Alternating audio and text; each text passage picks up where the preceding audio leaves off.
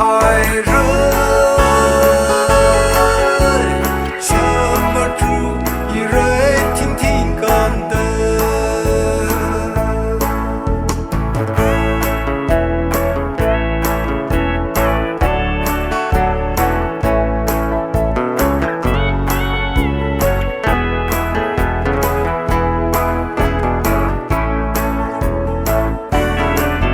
leishat kazat nơi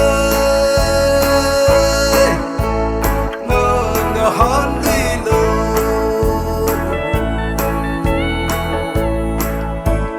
awi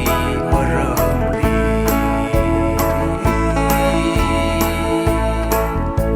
leishat kazat nơi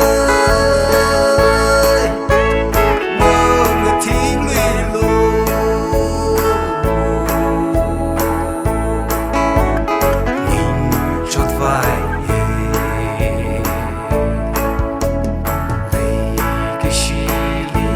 sân mơ xa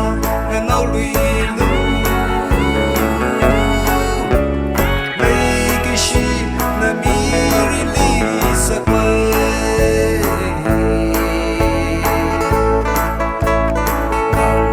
chúng ta hao ngày chuyện ya là mất thế